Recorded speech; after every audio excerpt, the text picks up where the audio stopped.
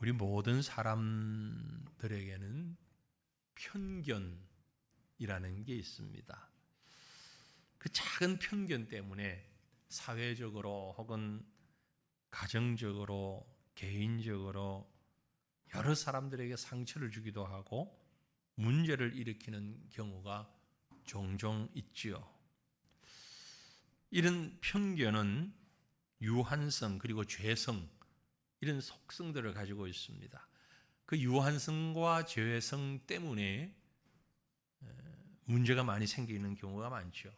편견, 사전적인 의미로는 공정하지 못하고 한쪽으로 치우친 생각, 그렇게 정리가 되어 있는 걸 보게 됩니다.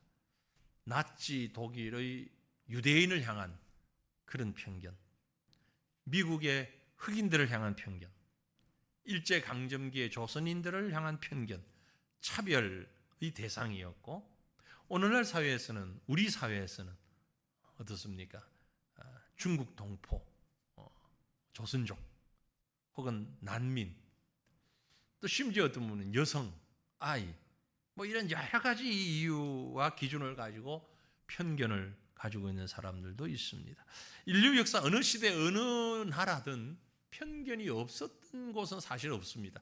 심하고 약하고의 정도의 차이는 있겠지만 모든 편견들이 공정하지 못하고 어느 한쪽에서 치우친 그런 생각을 가진 사람들이 많이 있었지요. 우리나라에도 고질적인 편견이 있습니다. 그죠? 지방색. 그것이 영호남뿐만이 아니고 북한 사람, 또 충청도 사람, 강원도 사람, 서울 사람. 사실 우리나라를 보면 이 비행기로 다 1시간 안 거리잖아요. 큰 나라 사람들이 보면 참 우스울 만큼 조그만한 나라인데도 그런 편견이 있죠. 지금은 또 진보주의, 보수주의, 정치적인 편견도 있고 어떤 사람은 강한 사람, 또 약한 사람 그런 편견도 있습니다. 사실 우리나라가 외국인들이 들어와서 살기 참 힘든다 하는 이유가 이 편견 때문에 그렇습니다. 우리는 외국인을 대해도 좀 피부가 하얗고 키가 크고 잘생긴 사람은 좀 뭔가를 이렇게 인정해 주는 듯한 분위기. 그렇지 못하고 피부 색깔이 검다든지 어둡다든지 뭐 키가 작다든지 이러면 아주 무시하는 이런 잘못된 편견이 인종적으로도 있지요. 그런데 이 편견이라고 하는 말을 좀 더 실질적으로 풀어보면은요, 사실을 잘 알지 못한 채 하는 좋지 못한 행동, 판단, 뭐 그렇게 볼 수 있습니다. 보기도 전에, 만나기도 전에, 대화하기도 전에 마음으로 결정하고 거부하는 그런 행위죠. 이런 잘못된 사회적인 문화적인 편견은 복음 전파를 위해서는 반드시 넘어야 할 장벽과 같은 것입니다. 비단 선교적인 차원에서뿐만이 아니라 우리 일상생활에 있어서도 믿음의 사람이라면 반드시 넘어야 할 강, 그게 바로 편견이라는 거죠. 오늘 우리가 읽은 본문 말씀 사도행전 10장에 있는 이 말씀은요, 세계 선교를 위해, 세계 선교라고 하는 엄청난 일을 위해 전통과 민족 차별 이런 빗장을 열어젖히는 우리 하나님께서 고넬료에게 베드로를 초청할 것을 말씀하시고 베드로에게 고넬료를 맞이할 것을 말씀하시는 그런 선교의 문을 활짝 여는 그런 모습을 보여줍니다. 그것은 영적 편견을 깨는 행동에서부터 시작되고 있다. 그렇게 볼 수 있습니다. 오늘 우리는 이 본문의 이야기를 잠깐 묵상하면서 우리 속에 있는 이런 고질적인 문제들을 깨부수는, 열고 나가는 그런 시간이 되기를 간절히 소망합니다. 먼저 말씀해 보면 편견에 묶여있는 그런 사람들의 모습을 볼 수 있죠. 우선 베드로라고 할 수 있는데 제가 이 말씀을 생각하면서 사람이라고 단수로 하지 않고 사람들이라고 고친 것은 우리도 거기 포함되기 때문에 그렇습니다. 베드로의 모습을 보면서 베드로만 그런 것이 아니고 제가 보다 보니까 여기 나도 포함되는구나, 우리도 포함되는구나. 그래서 편견에 묶여있는 사람들이라고 제가 적었습니다. 우리가 아는 대로 본문에 나온 베드로, 예수님의 제자지요.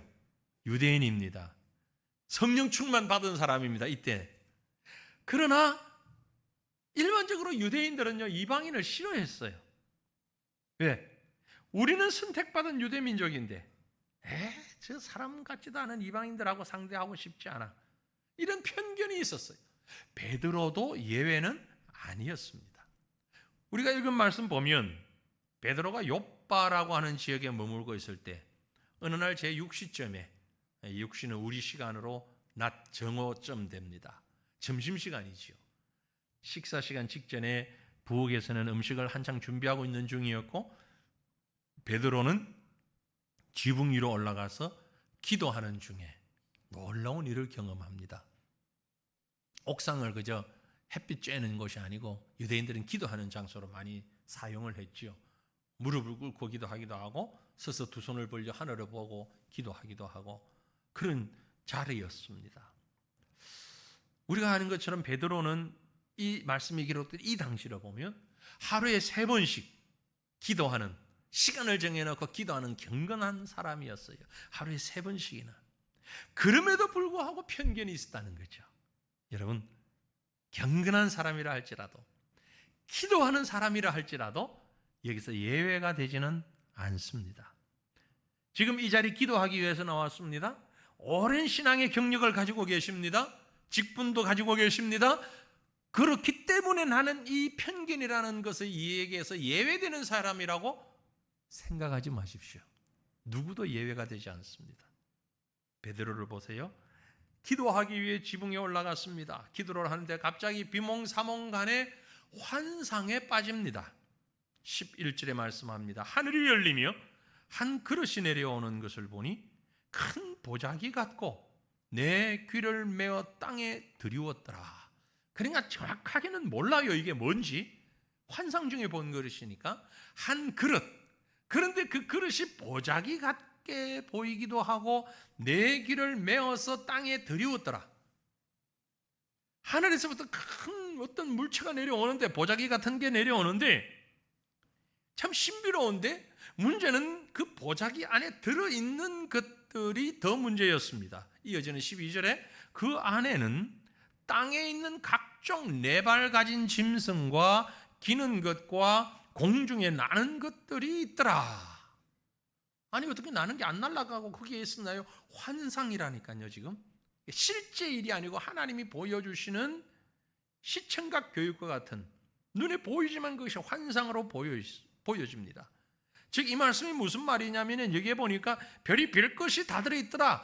네 발 가진 온갖 짐승들과 기는 것과, 그건 곤충을 얘기하죠. 곤충과 벌레와 또 공중에 나는 것, 온갖 조류들. 지금 무슨 얘기를 하고 싶어서 이렇게 기록을 하고 있는 거 하니까 누가가 유대인들에게 관념적으로 부정적인 식품이라고 규정되어 있는 그런 짐승들이 그곳에 다 있더라 이 말이에요. 유대인들이 막연히 생각하는 편견을 가지고 있는, 사실은 그들은 편견이라고 생각하지 않죠. 유대인들 입장에서는 부정한 것으로 규정된 짐승들, 신명기 14장에 기록되어 있는 그 짐승들입니다. 아는 것처럼 되새김질을 하지 않거나 굽이 갈라지지 않은 동물들, 예를 들면 약대나 사반이나 토끼나 돼지나 이런 것들, 지르너미와 비늘이 없는 어족들, 오징어라든지 장어라든지 옆으로 기어가는 개라든지 새 종류, 독수리, 솔개, 까마귀, 타조, 갈매기, 올빼미, 부엉이, 따오기, 이런 여러 것들은 날기도 하며 기어다니기도 하는 박쥐라든지, 이런 것들은 일반적으로 유대인들의 관념 속에, 편견 속에 부정한 짐승이에요. 먹을 수 없는 짐승. 베드로가 환상 중에 본 것들이 전부 이런 것들이었단 말이에요. 그걸 보고 베드로가 아니 왜 이런 것들이 도대체 이게 무슨 뜻이지? 의아해서 눈이 둥그러고 입이 쩍 벌어지고 있을 때에 하나님이 이렇게 말씀하십니다.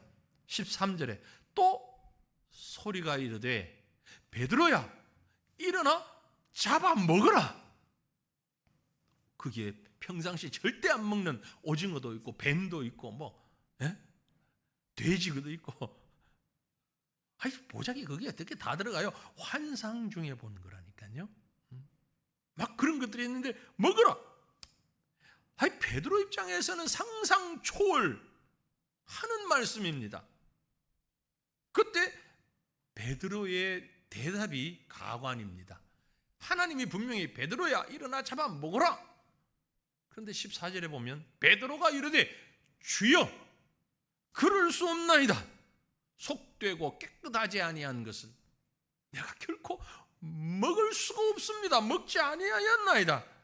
예전에도 안 먹었고 지금도 먹을 수 없습니다. 여러분 어떻게 보세요? 지금 이 상황을. 하나님은 먹어도 돼.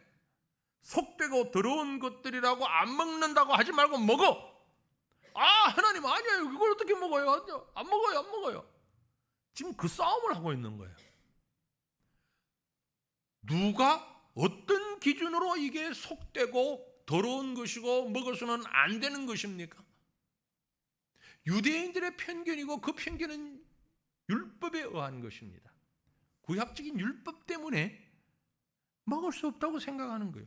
근데 여러분 다시 한번 생각해 보세요. 누가 먹으라고 했냐? 하나님이.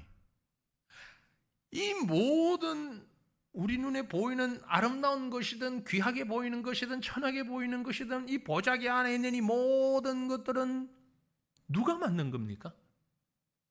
하나님이 만드신 것이잖아요. 하나님의 창조물이잖아요. 하나님의 창조물에서 예외되는 게 있습니까? 없죠. 전부 하나님이 만드신 거죠.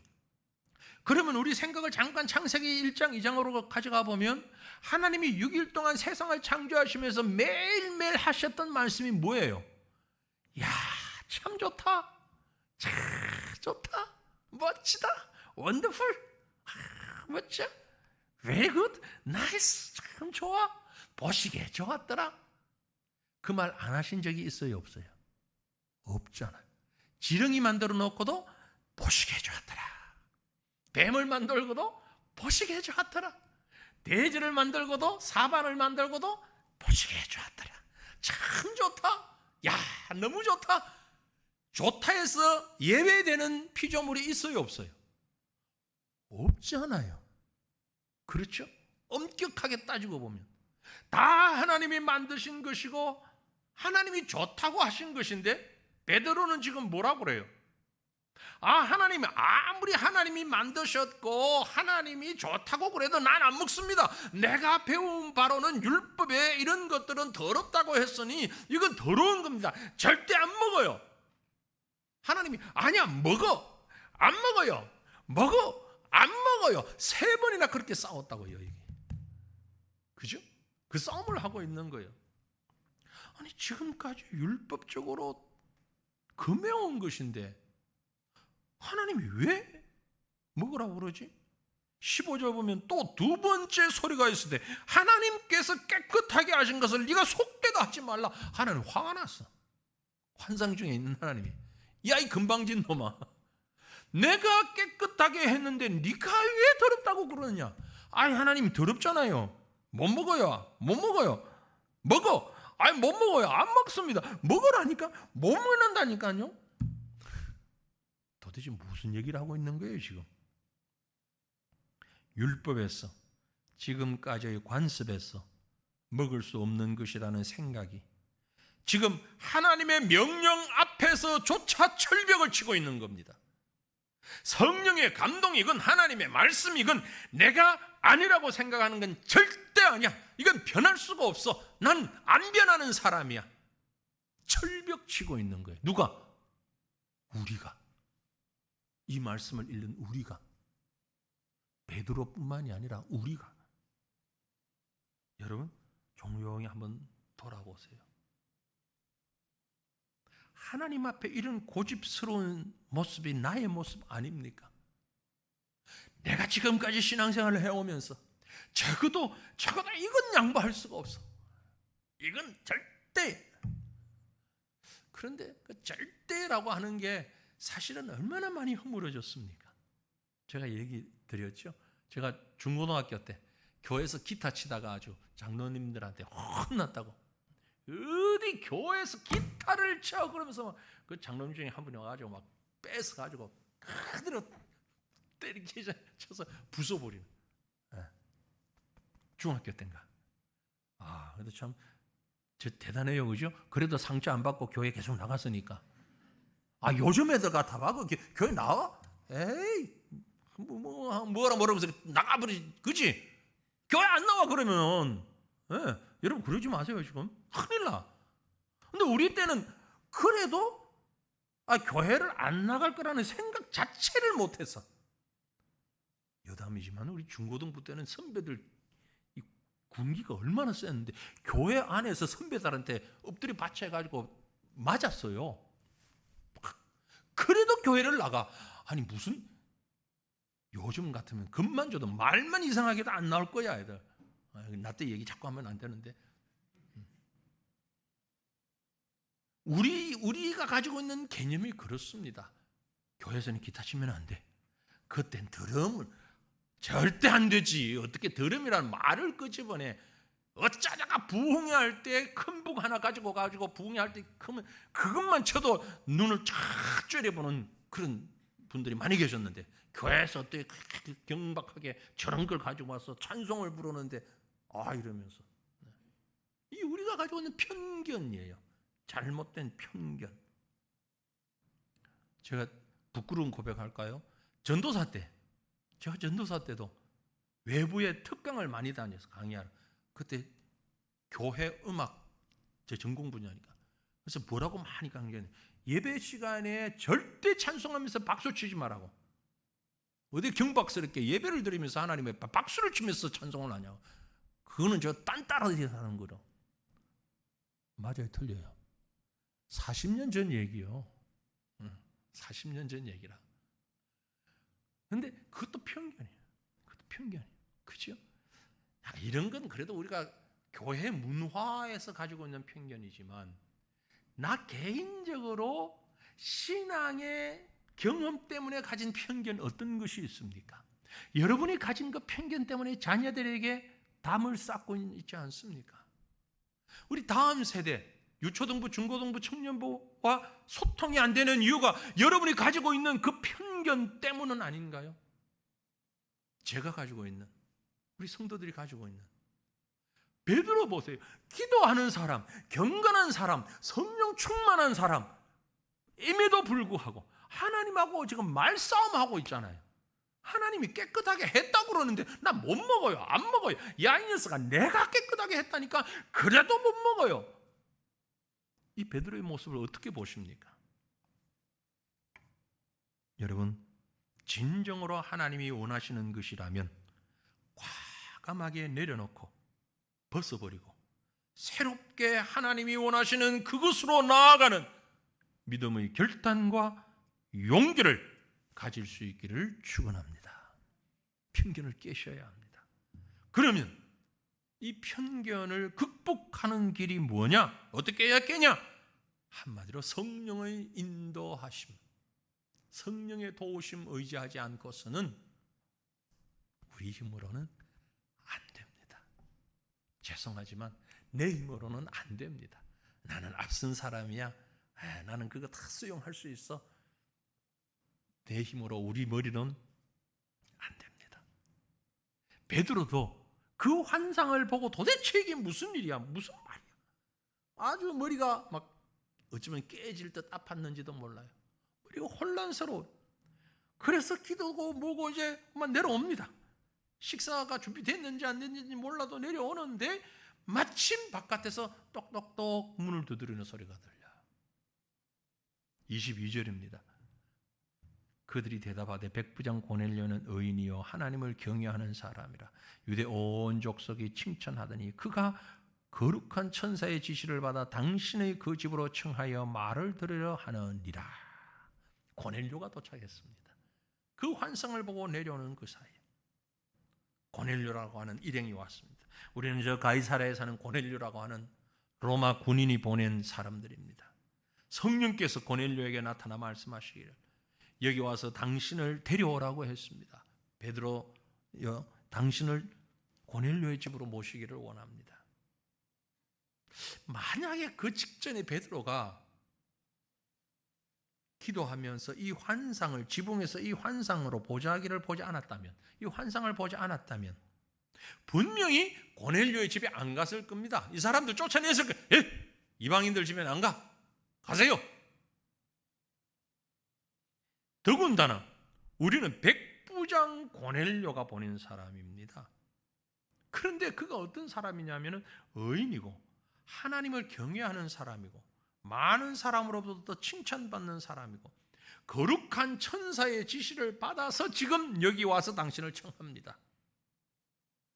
이건 베드로가 기도 중에 본 환상으로 인하여서 편견을 깨어 부시는 하나님의 음성이 그대로 현실에서 나타나고 있는 겁니다. 좀 전에 보았던 네발가진 모든 짐승들, 굽이 갈라지지 아니한 모든 이런 것들, 먹으면 안 된다고 생각한 그 부정한 모든 것들을 지금 설명하고 있는 거예요. 이방인인, 지배자인, 로마 군인인 베드로가, 이 고넬료가 나를 만나자고 이렇게 했으니, 성경은 고넬료에 대해서 그저 이방인이라고만 보지 않습니다.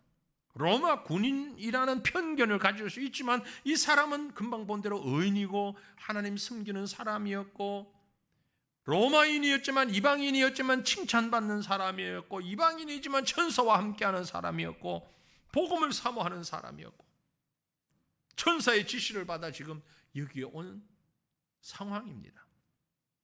하나님 보여주신 환상은 베드로의 시각과 가치관을 완전히 변화시켜 놓았습니다. 더 이상 유대인이냐 이방인이냐가 아니라 하나님의 시각으로 그 영적인 모습을, 그 믿음의 모습을 볼 수 있도록 변화시켜 놓은 것입니다. 사실 고넬료가 보낸 사람들을 만나기 전에 베드로는 그 자기 자신이 본 환상의 의미가 무엇인지를 깨닫지를 못하고 엄청난 내적 갈등에 있었을 것입니다. 그래서 앞서서 19절을 보면, 본문 19절, 베드로가 그 환상에 대하여 생각할 때에 still thinking, 계속해서 우리 골똘히 생각한다. 그것이 뭐지? 생각할 때에 성령께서 그에게 말씀하시되 두 사람이 너를 찾으니, 바로 성령께서 베드로에게 말씀하십니다. 20절에 일어나 내려가 의심하지 말고 함께 가라. 내가 그들을 보내었느니라. 사람들을 만나기 전에 이미 베드로에게 하나님이 이 말씀을 하시는 거죠. 이미 환상을 경험한 베드로는 그 갑갑한 마음을 성령의 인도와 해석해 주심으로 완전히 답을 찾았던 겁니다. 그랬기에 성령이 인도하시는 대로 이 사람들을 만났고 그들과 동행하여 가이사랴까지 가서 고넬료를 만나고 그에게 하나님의 말씀을 전하게 된 것입니다. 더 나아가 베드로가 이방인인 고넬료에게 가서 전한 하나님의 말씀의 내용을 보면 지금까지 베드로가 가지고 있던, 유대인이 가지고 있던 편견에 사로잡힌 신앙이 아니라 이 환상 하나로 인하여서 그가 전한 복음의 내용 자체가 달라져 버립니다. 사도행전 9장까지 베드로가 가지고 있던 복음의 내용과 10장에서 이 사건을 경험한 이후 베드로가 전한 복음의 내용 자체가 달라져 버려요. 다른 복음이라는 말이 아니고 확장된 복음이에요. 우리가 조금 본 말씀 뒤로 가서 10장 34절 35절을 보면 베드로가 입을 열어 말하되 내가 참으로 하나님은 사람의 외모를 보지 아니하시고 각 나라 중 하나님을 경외하며 의를 행하는 사람은 다 받으시는 줄 깨달았다. 하나님은 사람을 피부 색깔이나 머리 색깔이나 눈동자 색깔이나 이걸로 보지 않고 사람의 외적인 모습으로 멋있다, 아름답다, 지적이다 이런 것으로 보지 아니하고 각 나라 중에, 모든 나라 중에 하나님을 경외하며 의를 행하는 사람은 하나님이 다 받아주신다. Every nation, 모든 민족들, 모든 나라들을 하나님이 다 받아주시는 줄 내가 깨달았다. 편견에 사로잡혀 하나님이 친히 주시는 환상을 보면서도 갈등하며 답답해하던 베드로를 깨우치시고 인도하시는 성령 하나님의 모습입니다. 성령께서 이 문제를 해결하십니다. 사람을 동원해서 고넬료를 통해 고넬료의 집에 보냄받은 사람들을 통해 그리고 성령께서 친히 문제를 해결해 주십니다. 일어나 의심하지 말고 자, 따라가라. 하나님의 솜씨 참으로 놀랍습니다. 고넬료에게 또 베드로에게 각각 하나님의 계시를 보여주시고 그들이 만나게 하시고 그 만남을 통하여서 이방인을 향한 선교의 벽을 허물어 버리시는 하나님의 솜씨 보십시오. 얼마나 놀랍습니까? 환상 자체로만 끝나지 않았습니다. 환상이 만약 그 자체로만 끝났다면 얼마나 답답하고 얼마나 두렵고 얼마나 혼란스럽겠습니까? 하지만 하나님은 사람들과 성령을 통해서 말씀하시고 지시하시고 이제 베드로에게 실질적으로 움직이며 고넬료의 집을 향해 갈 수 있도록 만드신 것입니다.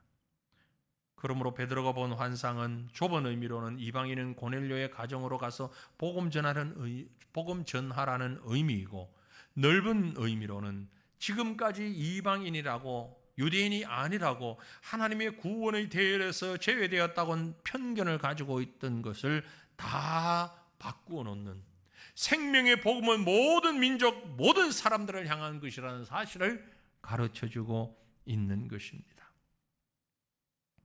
지금도 우리에게 말씀하시는 하나님의 음성 바로 이것입니다. 사람의 좁은 소견으로 배타적이고 제한적인 편견 속에 사로잡힌 그런 우리가 되지 않기를 원합니다. 성령의 가르침과 감동하심으로 가슴을 열고 믿음의 눈을 열고 심령의 생각을 깨끗하게 함으로 편견에서부터 벗어날 수 있기를 바랍니다. 사랑하는 성도들이여, 어떤 사람이나 일에 대하여 잘 알지 못하고 만나보지도 않고 대화해보지도 않았는데 무조건 싫다, 무조건 좋다 이렇게 말하는 것이 편견입니다. 사실 만나보면 고넬료처럼 좋은 사람도 있을 텐데 말이죠. 내가 피하고 있는 그 일이 사실은 너무나 소중한 하나님이 기뻐하시는 일이 될 수도 있다는 말씀입니다. 어느 때보다 개인이 강조되는 개인 중심의 삶을 살아가고 있는 이 시대에 나만의 공간, 나만의 시간을 소중히 여기는 아주 이기적인 시대를 살아가는 우리 속에 하나님의 성령의 지혜와 가르치심 앞에 내가 가지고 있는 기준들을, 내가 가지고 있는 편견들을 내려놓을 수 있기를 바랍니다. 편견 없으신 하나님을 본받으십시다. 우리 하나님은요, 다 무너뜨렸습니다. 율법도, 우리의 잘못된 행위도, 죄악도, 또 우리를 향한 죄의 결과도 다 무너뜨렸습니다. 아무 조건 없이, 아무 이유 없이 다 편견을 허물었습니다. 그런데도 오늘 우리는 끝까지 내 고집이, 아집이 편견이 되어서 하나님 앞에서 우리를 붙잡고 있는 때가 얼마나 많이 있는지 모릅니다. 하나님처럼, 하나님이 나에게 대하여 그렇게 하셨던 것처럼 나도 또 다른 사람들을 향하여 편견 없이 다가갈 수 있기를 바랍니다. 하나님은 하나님을 믿겠다고 두 손 들고 나오는 사람들에게만 구원의 은혜를 베풀지 않았습니다. 하나님 앞에 눈물 흘리며 철저하게 회개하는 자들만 구원하시지는 않았습니다. 회개하라 하고 사랑하라고 하시지만 하나님의 율법과 하나님의 말씀과 하나님의 기준에 턱없이 부족한 자들까지도 하나님은 다 용납하셨습니다. 그리고 그들을 위해서 이 땅에 오셨고 그 죄인들을 위해서 십자가에서 죽으셨고 부활하셨고 지금도 하나님 보좌 우편에서 그 모자라는 자들을 위해서, 저와 여러분을 위해서 기도하고 하고 계시는 우리 주님이십니다.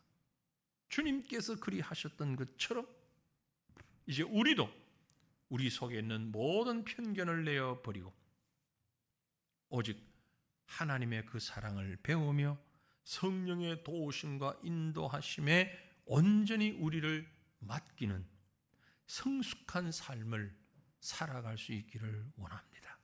그래서 우리의 신앙에 어떤 모양으로 어떤 모습으로도 편견의 담을 쌓지 아니하는 저와 여러분 되시기를 우리 주님의 이름으로 축원합니다.